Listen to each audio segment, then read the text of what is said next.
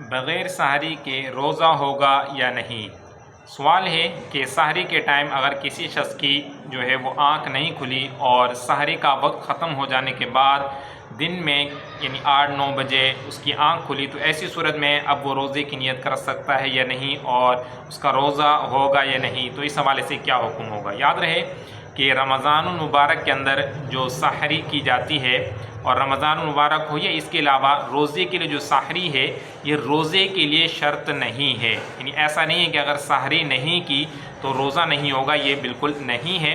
ہاں یہ ہے کہ جو سحری ہے یہ روزے کے لیے سنت ہے، تو کوشش کرنی چاہیے کہ انسان سحری کرے اور سحری کے ساتھ روزہ رکھے، تاکہ جو سنت ہے سحری کی سنت ہے اس پر بھی عمل ہو جائے۔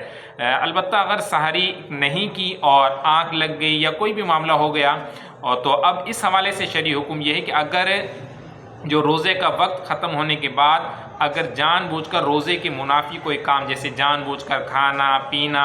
یا کوئی جیسے ہم بستری وغیرہ کوئی نہیں کیا، تو ظہر کبریٰ سے پہلے، جسے عرف عام کے اندر زوال کا وقت کہا جاتا ہے، تو اس سے پہلے ادائے رمضان کی نیت اگر کسی نے کر لی تو اس کا روزہ ہو جائے گا۔ اور نیت یہ کرنی ہوگی کہ میں صبح سے روزے سے ہوں، ایسا نہیں کہ اگر 10 بجے اس کی آنکھ کھلی تو اب نیت کرے کہ میں اب سے روزے سے ہوں، تو اگر اس طرح سے نیت کرے گا کہ صبح سے نہیں بلکہ اب سے روزے سے ہوں، تو پھر اس طرح یہ نیت اس کی نہیں ہوگی۔ لہذا خلاصہ کلام یہ ہے کہ اگر کوئی شخص سحری کے وقت سحری نہیں کر سکا اور بعد میں اس کی آنکھ کھلی یا کوئی بھی معاملہ ہو گیا، تو اب اگر وہ نیت کرے گا ظہر کبریٰ سے پہلے تو اس کا روزہ ہو جائے گا۔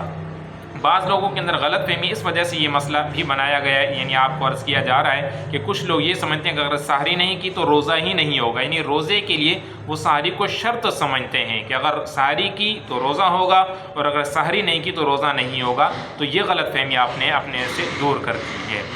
دوسرا ہمارا مسئلہ ہے نماز پنجگانہ کے حوالے سے ہمارے کئی سارے ایسے بھی ابھی لوگ ہیں کہ جو غلطی کے اندر مبتلا ہیں، اور وہ غلطی یہ ہے صورتیں ملانے کے حوالے سے۔ جیسے کہ احکام شریعت کے اندر ایک سوال بھی آیا تھا، اور سوال یہ تھا، صاحب پوچھ رہے تھے کہ جو نماز پنجگانہ ہیں ان کے حوالے سے جو فرضوں کے حوالے سے یہ ہے کہ پہلی رکعت اور دوسری رکعت کے اندر سورہ فاتحہ کے ساتھ سورت ملاتے ہیں ہم، تو اس کی جو تیسری اور چوتھی رکعت کے حوالے سے کیا حکم ہوگا؟ تو انہیں بتایا گیا کہ تیسری اور چوتھی رکعت میں صرف سورہ فاتحہ پڑھیں گے، تو پھر سنتوں کے حوالے سے ان کے ذہن میں یہ تھا کہ اس کی بھی جو پہلی اور دوسری ہیں اس کے اندر صرف سورہ فاتحہ اور سورت ملائیں گے، اور تیسری اور چوتھی میں سورت نہیں ملائیں گے۔ تو پھر بتایا گیا انہیں کہ ایسا نہیں ہے، بلکہ صرف فرضوں کے متعلق تو یہ حکم شریعت ہے کہ پہلی اور دوسری رکعت کے اندر آپ نے سورہ فاتحہ بھی پڑھنی ہے اور سورت بھی ملانی ہے۔ ہاں تیسری اور چوتھی رکعت کے اندر آپ صرف سورہ فاتحہ پڑھیں گے، سورت ملانا واجب نہیں ہے۔ لیکن سنتوں کے حوالے سے، چاہے سنت مؤکدہ ہو یا سنت غیر مؤکدہ ہو، اور اسی طرح سے وطر، تو ان تمام رکعتوں کے اندر یعنی سنتوں، نوافل اور وطر، ان کی ہر رکعت کے اندر تیسری اور چوتھی بھی اسی کے اندر شامل ہے، ان کے اندر آپ نے سورہ فاتحہ بھی پڑھنی ہوگی اور ساتھ میں سورت بھی لازمی ملانی ہے، کہ اگر کسی نے جان بوجھ کر سورت نہیں ملائی تو ایسی صورت میں وہ نماز اس کو دوبارہ پڑھنی ہوگی۔ تو اس چیز کا آپ نے خیال رکھنا ہے۔ اور اسی طرح سے آج بھی ایک سوال آیا ہے کہ اگر سورت کسی شخص نے پہلی رکعت کے اندر ہی سورہ والناس قل اعوذ برب الناس پڑھ دی، تو اب اگلی رکعت میں وہ سورہ کوثر پڑھ سکتا ہے یا نہیں؟ تو اس حوالے سے بھی ہم کئی مرتبہ ویڈیوز کے اندر عرض کر چکے ہیں کہ اولاً تو یہ حکم ہے کہ صورتوں کو ترتیب سے پڑھنا ہے، یعنی پہلی رکعت کے اندر جو آپ نے صورت پڑھ لی ہے تو اب اگلی رکعت کے اندر اس سے آگے والی صورت پڑھنا یہ واجب ہے، ضروری ہے، پیچھے نہیں آ سکتے کہ اگر پیچھے جان بوجھ کر پڑھیں گے تو یہ مکروہ تحریمی، ناجائز اور گناہ ہے۔ اب اگر کسی شخص نے پہلی رکعت کے اندر یہ سورہ والناس پڑھ لی تو اب اس کے لیے شرعی حکم یہ ہے کہ پھر اگلی رکعت کے اندر بھی وہ سورہ ناس ہی پڑھے، پیچھے لوٹے گا نہیں، اس صورت میں اسے گناہ بھی نہیں ملے گا۔ یعنی جو بھول کر اور غلطی سے اگر اس طرح سے پہلی رکعت کے اندر سورہ ناس پڑھ دی تو اب اس کے لیے شریعت کا حکم یہی کہ اگلی رکعت کے اندر بھی وہ سورہ ناس ہی پڑھے۔ آخری مسئلہ ہے سفر کے حوالے سے، اس کے اندر بھی کئی سارے لوگ غلطی کے اندر مبتلا ہیں۔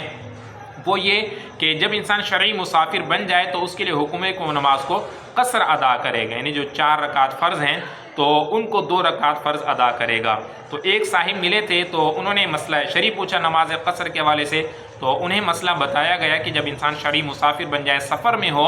تو پھر اس نے 4 رکعت فرض کو 2 رکعت پڑھنی ہوگی۔ تو وہ صاحب کہنے لگے کہ میں تو پوری پڑھوں گا، یعنی وہ کوئی ایسا نہیں ہے کہ ہماری جو ہے وہ گاڑی چھوٹ رہی ہو، کوئی ایسا معاملہ نہیں ہے۔ ہم نے کہا کہ شریعت کی طرف سے حکم ہے اور یہ اللہ پاک کی طرف سے انسان کے لیے رخصت ہے، تو شریعت کے اندر یعنی یوں سمجھیے یہ پوری سفر کی نماز ہے اور یہ پوری نماز ہی شمار ہوگی۔ جب شریعت نے رخصت دے دی تو پھر ہم اس کے اندر اپنی طرف سے کوئی جو ہے وہ کمی بیشی یا اضافہ اس کے اندر نہیں کر سکتے۔ تو خلاصہ کلام یہ ہے کہ سفر کے اندر ہوں تو جو فرض ہیں اس کے اندر آپ نے قصر کرنی ہوگی، اور سنتوں نوافل کے حوالے سے حکم ہے کہ وہ پھر پورے پڑھے جائیں گے۔ ہاں اگر یہ ہے کہ اطمینان والی حالت نہیں ہے، بھاگم دوڑ کی ہے کہ گاڑی چھوٹ جائے گی، تو ایسی صورت میں پھر سنتوں کی رخصت ہے، سنت و نوافل چھوڑ سکتے ہیں، لیکن فرض ہیں یہ بھی پڑھنے ہوں گے، اور